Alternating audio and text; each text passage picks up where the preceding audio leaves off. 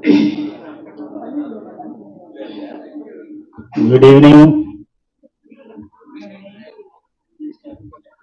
Each other day, each other day, I look so many various different parts, but I don't know about this part. But this part holds my heart, holds my large place in my heart. நீங்க தான் பார்க்கணும் வைப்பையில இங்கிலீஷ்ல வைப்பையில நாங்க இங்கிலீஷ்ல பேசக்கூடாது. நீங்க பூங்கன்னு வச்சிருந்தீங்கன்னா நாங்க பேச மாட்டோம். நீங்க பார்க்னு வச்சதுனால நம்ம இங்கிலீஷ்ல கொஞ்சம் பேசுவோம். நல்லா இருக்கீங்களா? ஒரு 10 இயர்ஸ்க்கு முன்னாடி சேது பூமின்னு ஒரு படம் பண்ணேன். அந்த படத்துல நான் இருந்தேன். அதுல வந்து டிஎஸ் பாலையா சாரோட சன்னு ஜூனியர் பாலையெல்லாம் நடிச்சிருந்தாரு. அவரே சொன்னார், ஜூனியர் பாலையனே சொன்னார், அப்பாவோட ஒரு பாடி லாங்குவேஜ் உனக்கு இருக்குடா, பாலையா சாரோட இருக்குடா, என்னைய விட உனக்கு அதிகமாக இருக்குடா அப்படின்னாரு. அதோட பெரிய பெருமை எனக்கு எதுவுமே இல்லை. ஆனால் தமிழுக்காக இந்த ஃபங்க்ஷனுக்கு வரணும்னு நினச்சேன். தமிழ் யாருன்னு நினைங்க, அவன் பெரிய ஒரு ஏர்லைன்ஸில் ஒரு 10 இயர்ஸ்க்கு பேக்கே அவன் 4 லட்சம் 5 லட்ச ரூபா சம்பளம் வாங்கக்கூடிய ஒரு பையன் தம்பி. இந்த மாதிரி முடி இல்லாதவங்க கொடுக்கும், முடி வச்சு சீவ முடியாதவங்க தான் கொடுக்கும், புரியுங்களா? அதனால நான் அழக நல்லா இருக்கேன், நல்லா இருக்கு, நல்லா ஃபிட்டா வச்சிருக்கேன், நான் பார்த்த மாதிரியே இருக்கேன், குண்டா இல்ல, இது ஒன்றும் இல்லை, ஒரு நல்ல ஒரு ஃபிட், ஹீரோக்கான ஒரு ஃபிட், பேரசாமி சொன்ன மாதிரி நல்லா இருக்கேன். இந்த படம் இல்லை அதை ஓடிக்கிட்டே ஓடி செய்யும். ஓகே, அடுத்து இயக்குனரை பற்றி சொல்லணும்னா, ஃபர்ஸ்ட் ஹாஃபில் நெஞ்சு வலி, செகண்ட் ஹாஃபில் வயிற்று வலி, நெஞ்சு வலி. ஷார் சொன்னார், நான் லாரன்ஸ் மாஸ்டர்கிட்ட அவராக இருந்தேன், இவராக இருந்தேன். அதெல்லாம் நீங்கள் நம்புவீங்களா? என் ரிலேஷன் ஒருத்தர், எங்கள் அண்ணன் ஆல் ஆக்டரு, அவர் வீட்டில் நான் தங்கி அவர்கிட்ட வந்து அவர் சினிமாவில் வேலை பார்க்கணுன்னு வந்தேன். அவர் ஒரு பெரிய ஸ்டூடியோவில் இருந்தார். அந்த ஸ்டூடியோவில் டார்க் ரூம்னு ஒன்று இருக்கும் தெரியுமா உங்களுக்கு? அந்த நெகட்டிவ் எல்லாம் போட்டு கழுவாங்கள்ல, சோடியம் தயோசல்ஃபேட்லாம் போட்டு கழுவி ஃபோட்டோவெல்லாம் அப்படி இப்படி மாட்டி வச்சுருப்பாங்கள்ல, அந்த ரூமில் லைட்டே போடக்கூடாது, ஒரே ஒரு ரெட் லைட் மட்டும்தான் இருக்கும். அந்த ரூமில் நான் 6 மாதம் தங்கியிருக்கேன். அந்த ரூமில் நான் 6 மாதம் தங்கியிருக்கேன். எப்போ போயிருந்தேன்னு உங்களுக்கு, 10 மணிக்கு ஸ்டுடியோ அடைச்ச உடனே நான் போய் படுப்பேன். ஸ்டுடியோ ஆரம்பித்து வேலைக்கு வர்றதுக்குள்ளே நான் கிளம்பி போயிடுவேன். உள்ளே லைட் இருக்கா, பேஸ்ட் இருக்கா, ப்ரெஸ் இருக்கா, சட்டை எங்கே துவச்சி போடுறது எதுவுமே தெரியாது, இருட்டாக இருக்கும். அங்கே தங்கியிருக்கேன் நான். அயனவரத்தில், மடிப்பாளத்தில் சுதந்திரத்துக்காக போராட வந்தேன். சினிமா எனக்கு வேணும் இல்லை, அதுக்காக தான் நான் வந்தேன். உங்களுக்கு புரியுதா? உங்களுக்கு கொடிது வறுமை கொடிது, இளமையில் வறுமை கொடிது, அவ்வளோதானே. ஃபஸ்ட் ஹாஃப் நீ கஷ்டப்பட்ட இல்லை, செகண்ட் ஹாஃபுக்கு மட்டி இல்லாட்டி ராசா தானே. உனக்கு பாரு, உன் காசு உனக்குன்னு ஒரு டாக்டர் முருகன், உங்கள் காசில் ராஜா 2 பக்கத்தையும் ராஜாவை ஒட்டி விட்டார். நீ எங்கிட்டு சுட்டி விட்டாலும் ராசா தான் விழுகும் பாரு, உனக்கு மட்டியே விழுகாது. ஏன்னா நீ உன்னோட முற்பகுதியை நீ வந்து சினிமாவை கொடுத்துருக்க. இனிமேல் உனக்கு ஒரு நல்ல ஒரு லைஃப் இருக்கும், நல்லது இருக்கும். எங்கள் அண்ணன் மக ரஞ்சனா நாச்சியார், எங்கள் அண்ணன் மக டாக்டர் பாலாவோட ஓன் பிரதரோட மக, ஓன் பிரதர் பாலண்ணனோட அண்ணன் மக. எனக்கு அவர் அண்ணன் தானே. எங்கள் பெரிய மாமா அவர் பாலா டாக்டரு, வெறும் இருந்து உட்காருவா. அந்த பொண்ணு, நான் ஏமாலிங்கிற படத்தில் வா அப்படின்னு நடி அப்படின்னு சொன்னேன். சீட்டு குடிக்கணும், குடிப்பேன் அப்படின்னு. சித்தப்பா உங்களுக்கு சரியாக இருந்தால் நான் பண்ணுறேன் அப்படின்னு சொல்லிச்சு. ராமநாதபுரம் மாவட்ட பாராளுமன்ற தொகுதி பாரதிய ஜனதா பொறுப்பாளர் அவங்க. பலாப்பழத்தை தூக்கிட்டே போயிட்டு இருந்தாங்க எங்கள் மாமாவுக்கு. இந்த படத்தை இது தயாரிப்பாளருக்கு இன்னும் நிறையா படங்கள் பண்ணணும், அது பண்ணணும், டேரக்டர் நிறையா படம் பண்ணணும், பாட்டு எழுதினவர் சூப்பர், அவரை தான் எல்லோரும் பேசியாச்சு. நீங்கள் ப்ரொடியூசர்கிட்ட நான் ஒன்று கேட்குறேன், தமன்கிட்ட சம்பளம் இருந்திருந்தீங்கன்னா சம்பளத்தை வாங்கிக்கங்க, திருப்பி வாங்கிக்கங்க. ஏன்னா இவ்வளோ முத்தம் கொடுத்துருக்காரு, இவ்வளோ பெரிய வாய்ப்பெல்லாம் நம்மளுக்கெல்லாம் வராது. நான்லாம் கேட்பேன், டேரக்டர்லாம் வரையில, தம்பி இந்த படத்தில் நம்மளுக்கு ஜோடி இருக்கான்னு கேட்பேன். இருந்துச்சுன்னே ஆனால் உங்ககிட்ட வந்து கோச்சிட்டு ஓடி போயிடுச்சு. அப்படியா? அப்புறம் இல்லைண்ணே இருந்துச்சுன்னே அது வந்து உங்கள் கூட பேசாமல் வீட்டுக்குள்ளேருந்தே கட்டிக்கிட்டு இருந்தேன். எப்பப்பா ஜோடியாக கிடையாது, எதுவுமே கிடையாது. ஒரு படத்தில் நான் ஒரு பெண்ணை வந்து ரெக்கமெண்ட் பண்ணி நானும் அந்த பொண்ணு நடிக்கணும் அப்படின்னு ஒரு அந்த பொண்ணும் நானும் அப்படி தூங்கிட்டு இருக்கோம். அப்போ இந்த ஸ்டேஷன்லேருந்து என்னை ட்ரான்ஸ்ஃபர் பண்ணிடுவாங்களா அப்படிங்கிற மாதிரி நான் அப்படி தூக்கம் இல்லாமல் இருப்பேன். படுத்து தூங்குங்க, ஏன் இதெல்லாம் யோசிக்கிறீங்க அப்படின்னு சொல்லி நானும் அந்த பொண்ணும் வரையிலே படுத்து பேசுகிற மாதிரி இருந்துச்சு. ஒரு அசிஸ்டன்ட் டேரக்டர் உத்து பார்த்துட்டு டேக் போகிறதுக்கு முன்னாடி, சார் அவர் 2 பேரையும் தள்ளி படுக்க வச்சுட்டு நடுவில் குழந்தைய போட்டுடலாம் சார், குழந்தைய போட்டாங்க. சரின்னு சொல்லி இங்கிட்டு போட்டாங்க. சார் அந்த இன்னொரு 2 குழந்தை இருக்குல்ல சார், அதையும் தூக்கி நடுவில் போட்டாங்க. நான் ஹீரோயினியை பைனாக்குள்ளார பார்க்குறேன். சரி எனக்கு பேரா போட்டாங்க, பைனாக்குள்ளே போட்டாங்க, அங்கே படுத்துருக்கு, அங்கே தூங்குது. இல்லை இல்லைண்ணே, அவனை நான் பார்க்குறேன். ஆக இந்த படத்தில் எல்லா பேருமே ஒரு நல்ல ஹீரோயினியாக இருக்கட்டும், நல்ல ப்ளஷண்ட், ஒரு ஹாப்பியாக ப்ளஷண்ட்டான ஒரு ஃபேஸ் இருக்குல்ல, அந்த அந்த அந்த இருக்குது ஸ்வேதாக்கு. அது கடவுளோட வரம், அப்பா அம்மா கொடுத்த கிஃப்ட்டு. அதை நீங்கள் கரெக்டாக பண்ணி நீங்கள் பெருசாக வரணும். அப்புறம் அப்பா அம்மா அவங்களுக்கு வந்து உதயகுமார் சார் பிடிச்ச மாதிரியே இருக்க ஹீரோயினோட அம்மா ஜெயந்தி மாலாவும் அவங்களும் நல்லா, அவங்களும் பெரிய லெவலில் வரணும்.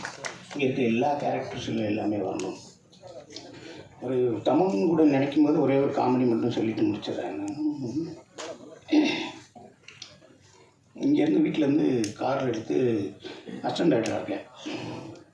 அப்போ நேராக காரில் அப்படி போயிட்டே இருக்கும். அப்போ ஒரு ப்ரொடக்ஷன் மேனேஜர் பேசுகிறாரு, எங்கே வந்துக்கிட்டு இருக்கீங்க புள்ளி அப்படின்னாரு. நான் வந்துக்கிட்டு இருக்கேன் ட்ரெஸ் ஒர்க்கில், வாசன் ஹவுஸ் போகணும். வாசன் ஹவுஸ் பிடிச்சிட்டாங்க. வாசன் ஹவுஸ் போகிறேன்னா இல்லை கொஞ்சம் இருங்க, ரைட்டில் மைக்கிள்னு ஒருத்தர் இருப்பார், அவரை கூப்பிட்டு வந்தேன். சரின்னு சொல்லி மைக்கில் கூப்பிட்டு போனால் மைக்கில் வந்து ஒரு பெட்டி எடுத்து வந்தான். என்னடா ஏரியா அது என்ன பெட்டியில் இருக்கான்னு திறந்து காமிச்சான். உள்ள ஒரு பொம்மனேரியன் நாய் உட்காந்துச்சு. இது என்னையான்னு கேட்டேன். அதான் சார் இது அம்மாவுக்கு ஐன்கோனில் நடித்த மாதிரி கிச்சு மடியில் உட்காந்து நாய், சல்மான் கான் தூக்கி வளர்த்த நாய். அப்படியா உட்காரியான்னு திருப்பி போயிட்டே இருக்கணும். அப்பா அவருக்கு அப்புறம் போனோடனே திருப்பி ஃபோன் வருது, சார் நீங்கள் வரையில் அந்த ஆர்டிஸ்ட்டை கூப்பிட்டு வாங்கண்ணா. இந்த ஆர்டிஸ்ட்டை காக்கா ராதாகிருஷ்ணன் இருக்காரு, அவர் கூப்பிடுவாங்கன்னு. நாங்கள் சொல்கிறிய அப்படின்னு சொல்லி அப்போ ஜிபே கிடையாது, ஒன்று புண்ணாகும் கிடையாது. அங்கே போனோடனே அவர் வீட்டுக்கு போனோடனே அவர் வாங்க உட்காருங்க வாங்கன்னு கதவை திறந்தேன். நாய்க்கு பசிக்குதுன்னு அவன் பிஸ்கட்டை கொடுத்துட்டேன். அந்த பிஸ்கட்டை சாப்பிட்டு இப்படி திரும்பி பார்த்தோன்னே அன்னைக்கு காக்கா ராதாகிருஷ்ணன் வர்றாரு, ஒன்று குழச்சிருச்சு. உடனே அவர் டென்ஷன் ஆகிட்டார். ஏன்னா நாய் கூப்பிட்டு போகிற வண்டியிலடா நீ ஏற்றுறீங்க, என்னடா நினச்சிக்கிட்டு கத்துறாரு. ஐயா வாங்க 8 மணி ஆச்சியா, வாங்க போகலாமியா கெஞ்சினேன். இல்லை ஏற மாட்டேன்ட்டோன்னு என்னை திரும்பினோடனே, நீ இந்த வண்டியில் வரக்கூடாது, நீ தானே அசிஸ்டன்ட் டைரக்டர், நீ தானே ப்ரோக்ராம் பண்ணி வரக்கூடாது. நான் கெஞ்சினேன், நீங்கள் போனேன்னு ஆட்டோ காசில் என்னை வாங்கினேன் நான் சொன்னேன். முன்னாடி உட்காந்து வரவே விடாதுண்ணா. கார் கதனாடி மூட்டார். நான் சொன்னேன், இந்த அம்பாசலில் காக்கா போகலாம், நாய் போகலாம், சிங்கம் புலி வரக்கூடாதான்னு.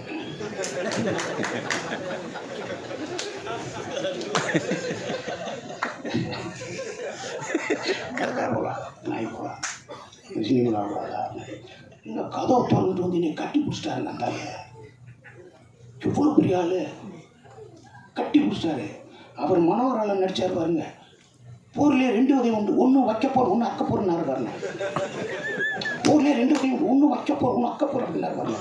அதெல்லாம் ரெஃபரன்ஸ் எடுத்து தான் நான் மாயாண்டி ஒன்று தரல லூஸாக நடிச்சது. அந்த அவ்வளோ பெரிய. அதுக்கப்புறம் பார்த்து நான் கட்டி பிடிச்சேன்.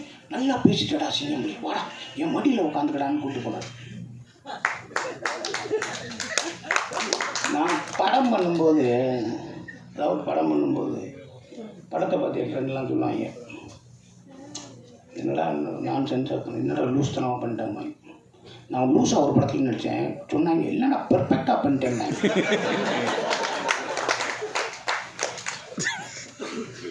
6 அசிஸ்டன்ட் டைரக்டர் ஒரு ரூம் வீட்டில் இருப்போம், முடிக்கப்போம் 6 அசிஸ்டன்ட் டைரக்டர் ஒரு வீட்டில் இருப்போம். எல்லா பேரும் வேலை, பிவாசு, உதயகுமார் சார் எல்லோரும் அவங்ககிட்ட வேலை பார்க்குறாங்க. நான் எல்லா பேர் கார் வந்தோன்னே மாப்பிள்ளை ஓங்கார் வந்துச்சு, இப்போ எல்லாத்தையும் ஏற்றி விட்டு கதை உடைப்பேன். அப்போ எல்லாருமே வண்டியில் போகும்போது எனக்கு ஒரு மென்டல், நான் இவர்கிட்ட தான் வேலை பார்க்கணும், நான் இல்லாட்டி வேலை பார்க்க மாட்டேன்னு. இப்போ போகையில் எல்லா பேரும் போயிட்டு வராங்கன்னா எல்லா அசிஸ்டன்ட் போகிறேன் ஃப்ரெண்டாக அசிஸ்டன்ட் ஆகிட்டு இப்போ இருக்கேன் 2 ரூபா 3 ரூபா சம்பளம் வாங்குறேன், பெரிய டேரக்டர் இருக்கேன். அவங்க போகையில் ஒன்றும் எல்லாம் 10 ரூபா போயிடுச்சு, ஒரு சாயந்தரம் இந்த 10 ரூபா என்ன 10 ரூபா போயிடுச்சா சரண் 10 ரூபா மொத்தம் 50 ரூபா 60 ரூபா ஆகும். அதை காப்பி குடிச்சிட்டு மதியானம் சோறாக்கி வச்சுட்டு கொஞ்சம் சோறாக்கி தயிர் சோறு வச்சுட்டு அப்படி அந்த 50 ரூபா 60 ரூபா அப்படி சாயந்தரம் வந்துடுவாங்க. இப்போ மேலே ஏதாவது சாப்பாடு வாங்கி கொடுப்பாங்க. அப்போ சொல்லுவாங்க, தினமும் வேலைக்கு போகிறவன்னா அறிவாளி கிடையாது, ஷூட்டிங்கு வேலைக்கு போகிறவங்க அறிவாளி கிடையாது, வேலையே இல்லாமல் வீட்டில் உட்காந்துருக்கீங்கலாம் முட்டாள் கிடையாதுடா, தைரியமாக இருக்குமா. அதைத்தான் இன்றைக்கி இருக்க சினிமாவில் இருக்க அத்தனை பேருக்குன்னு சொல்கிறேன். என் சொந்தங்களே, உயிர்களே, உங்களுக்கு வாய்ப்பு இல்லைன்னா நீங்கள் முட்டாள் கிடையாது. உங்களுக்கு வாய்ப்பு வரப்போகுது, அதுக்காக ரெடியாக இருக்கு. நான் ஃப்ரெண்ட் சிட்டிஸ்னு ஒரு படம் பார்க்குறேன், நிறைய தடவை பார்த்துருக்கேன். ஐ லவ் ஃப்ரெண்ட் சிட்டிஸ்னு ஒரு இங்கிலீஷ் ஃபிலிம் பார்த்துருக்கேன். அதை ஒருத்தன் போய் ஒரு மண் இருக்குல்ல, கீழே கிடக்கிற மண், அந்த மண்ணை எடுத்து அப்படியே பார்ப்பான்.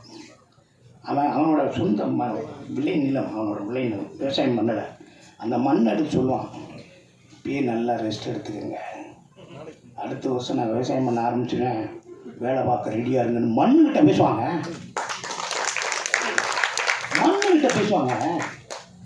அதனால இன்றைக்கி சொல்கிறேன், இந்த கதாநாயகியாக இருக்கட்டும், இங்கே இருக்க கேமராமேனாக இருக்கட்டும், இங்கே இருக்க எடிட்டராக இருக்கட்டும், இங்கே இருக்க சின்ன வேலையை பண்ண அசிஸ்டன்ட் டைரக்டராக இருக்கட்டும், எல்லாரும் போய்கிட்டே இரு. திருடாத, பொய் சொல்லாத, ஏமாத்தாத, துரோகம் பண்ணாத. உனக்கு வரும் வாழ்க்கை, உனக்கு ஒரு நாள் வரும். இந்த சினிமாவில் கெட்டது பூரா அவன் பக்கத்தில் இருக்கும், எதை எடுக்கணுமோ அதை நீ எடுத்துக்க. Which one is best, choosing voice. எல்லாத்தையும் நீ எது வேணுமோ அதை எடுத்துக்க. கெட்டதான் இங்கே பக்கத்தில் இருக்கணும், நல்லது தூரமாக இருக்கும், போய்கிட்டே இருக்கணும். சினிமா கறப்பதில்லை, கற்பனை சுரப்பது. அதுக்கு எந்த வயசும் டிஃப்ரென்ஸே கிடையாது. நீங்கள் எல்லாரும் இந்த படத்தில் வேலை பார்த்து எல்லாரும் பார்த்து ப்ரொடியூசராக இருக்கட்டும், எல்லாருமே பெரிய லெவலில் ஜெயிச்சு உங்களை ஷவர், இந்த வெளியில் இருந்து ட்ரிஸ்லிங் அந்த வாட்டர், அந்த ஷவர் உங்களை வாழ்த்த ரெடியாக இருக்குது. என்ஜாய் பண்ணுங்கள், ஹாப்பியாக இருங்க, ப்ளஷண்டாக இருங்க. நன்றி. நான் ஒரு சின்ன ரெக்வஸ்ட் சொல்லியிருக்கேன். சார் நல்லா பாட்டு பாடுவாங்க, அதாவது சங்கீத ஜாதி முல்லை அவரோட குரலில் 2 வரி மட்டும் கேட்போம்.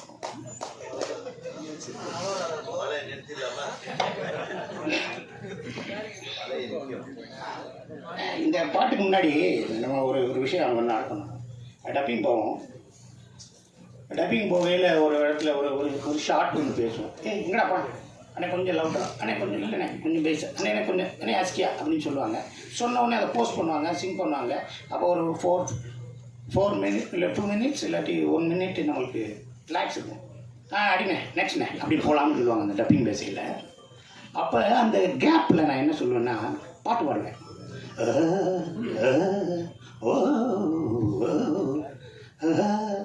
அப்படி பாடுவேன். அதாவது அங்கேருந்து இன்ஜினியர் ரூம்லேருந்து என்ன சூப்பராக பாடுறீங்கன்னு எவனாவது சொல்லிடுவானான்னு ஏங்குவேன். அந்த டைரக்டரு என்ன நல்லா பாடுறீங்கண்ணே, இந்த பாட்டில் ஒரு தொகையில வேணா பாடிடுறீங்களா அப்படின்னு இருந்தாலும் சொல்லுவான்னு ஏங்குவேன். எவனா ஒரு டப்பு கையை கொடுத்துருவானான்னு ஏங்குவேன். புரியுங்களா? வந்து அன்னை பாட்டே ஒரு கும்பிட்டு வச்சு நான் அன்னை பாட்டு சின்ன குண்டில் படத்தில் நான் அதெல்லாம் பாடுவேன். நான் ஒரு பேரும் சொல்லவே மாட்டுறாங்க. நான் இடையில காட்டணும் அப்படின்னு நிறைய பாடுவேன். லைஃப்பில் ஒரு அசிஸ்டண்ட் ஒரு நம்ம டச்சப் பையன் கூப்பிட்டுக்கிட்டேன். வாடா எங்கே நான் வாடா டப்பிங் பண்ணுறேன். நான் எதுனா டப் வாடா நான் இங்கே டப் பண்ணுவேன், நீ இன்ஜினியர் ரூமில் இரு. சரிண்ணே, அங்கே என்ன சொல்கிறாங்கன்னு மட்டும் என்கிட்ட சொல்லு. ஓகே. அங்கே போய் நின்னா டப்பிங் நடந்துச்சு.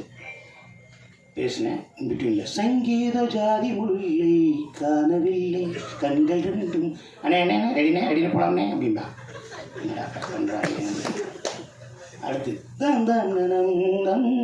அண்ணே போலாம்ண்ணே உயிரே அண்ணே விளையாடி போலாம்ண்ணே. சரி டப்பிங் முடிஞ்சு பாட விட மாட்டாங்க. வந்துச்சு காரில் ஏறி அவனை உட்கார வச்சாச்சு. போயிட்டே இருக்கு. தம்பி எப்படா சூப்பராக பண்ணிட்டேங்க. டப்பிங் நான் பண்ணது எனக்கு தெரியும். நான் பாடும்போது அங்கே என்ன பேசினாங்க அண்ணே, நான் பாடும்போது அங்கே என்ன அண்ணே அந்த ஒரு அசிஸ்டண்ட் ஆகிடுது ஐயோண்டாருங்க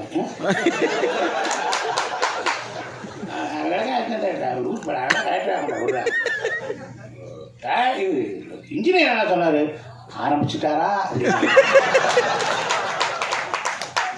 இல்லை. ஆனால் இந்த தேட்டர்லேயே போடக்கூடாதுன்னு இந்த தேட்டரில் போட்டாங்க. டைரக்டர் என்ன சொன்னான், அந்த ஆள் என்ன சொன்னார், அண்ணே விட்டா எப்பயாவது ஏட்டி முடியா படிக்கிறது பாரு சீக்கிரம் முடிக்கன்னா சார். அப்படியே ஓரமாக வண்டியை நிப்பாட்டி அவன்கிட்ட ஒரு 200 ரூபா கொடுத்து இந்த விஷயத்தை எங்கேயாவது வெளியே சொன்னீங்க கொளுத்தி போடுவேன் ஓடி போயிடுவேன்.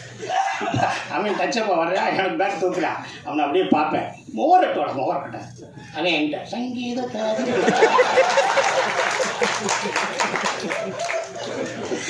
அப்புறம் அவனுக்கு நான் வேலை தரல. அவன் ரிங் டோனை வச்சிருக்கான். எங்கடா இருக்க சங்கீத ஜாதி.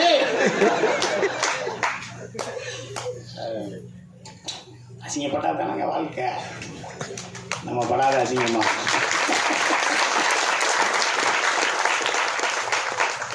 நீ என்ன என்னை அசிங்கப்படுத்துறது, நம்ம நிறைய அசிங்கப்பட்டாச்சு அப்படிதான் சொல்லணும்.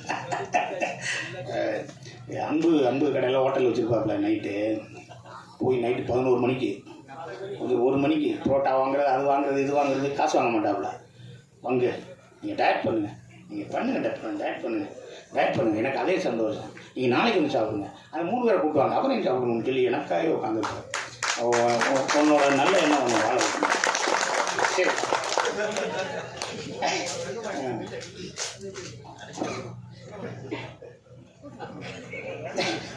நீங்களும் கரண கொடூரமா இருக்கும். ரெடியா இருக்கும். எல்லா பாட்டுமா நல்லா இருக்கும். நம்ம பாட்டு போதும்னு நினைக்கிறேன். இன்னொன்று சொல்ல மாட்டேன். இது நம்ம வேறு லாங்குவேஜ். நல்லா பெங்களூரில் இன்ஜினியரிங் நான் படித்தேன். நான் பெங்களூரில் இன்ஜினியரிங் 4 இயர்ஸ் நான் படித்தேன். நான் இன்ஜினியரிங்க பெங்களூரில் தான் படித்தேன். நான் பன்னார்கட்டை ரோட்டில் நேஷ்னல் பார்க் ரோட்டில் ஐஎம் இன்ஸ்டியூட் ஆஃப் மேனேஜ்மெண்ட் பக்கத்தில் இஸ்லாமிக் இன்ஸ்டியூட் ஆஃப் டெக்னாலஜின்னு ஒரு முஸ்லீம் காலேஜில் தான் நான் வந்து பெங்களூரில் சிவில் படித்தேன். உங்கள் பேர் என்னப்பா? ரிமோன். நீ பேசின 4 வருஷம் எனக்கு 4 வார்த்தை கூட கன்னடத்தில் தெரியாது. முந்து போகிமே முன்னாடி போமே ஏன்னா பஸ்ஸில் போகிறோம்ல.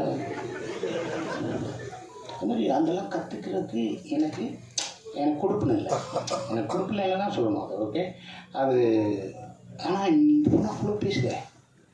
ஓகே வாங்கப்பா, நல்லா வாங்க, நல்லா நடிங்க, பெரிய புகழோட எல்லா விஷயத்துலையும் சந்தோஷமாக இருங்க. ப்ரொடியூசருக்கு, டைரக்டருக்கு, எல்லாருக்கும் வாழ்த்துக்கள் சொல்லி இந்த வாய்ப்புக்கு நன்றி கூறுகிறேன். ஒரே ஒரு முக்கியமான விஷயம் நோட் பண்ணிக்கணும். இந்த தயாரிப்பாளர் வந்து அடுத்து நம்மளை வச்சு நல்ல பெரிய படமாக பண்ண போகிறதா கேள்விப்பட்டேன். அதை அவர் மறந்துடக்கூடாது. நன்றி.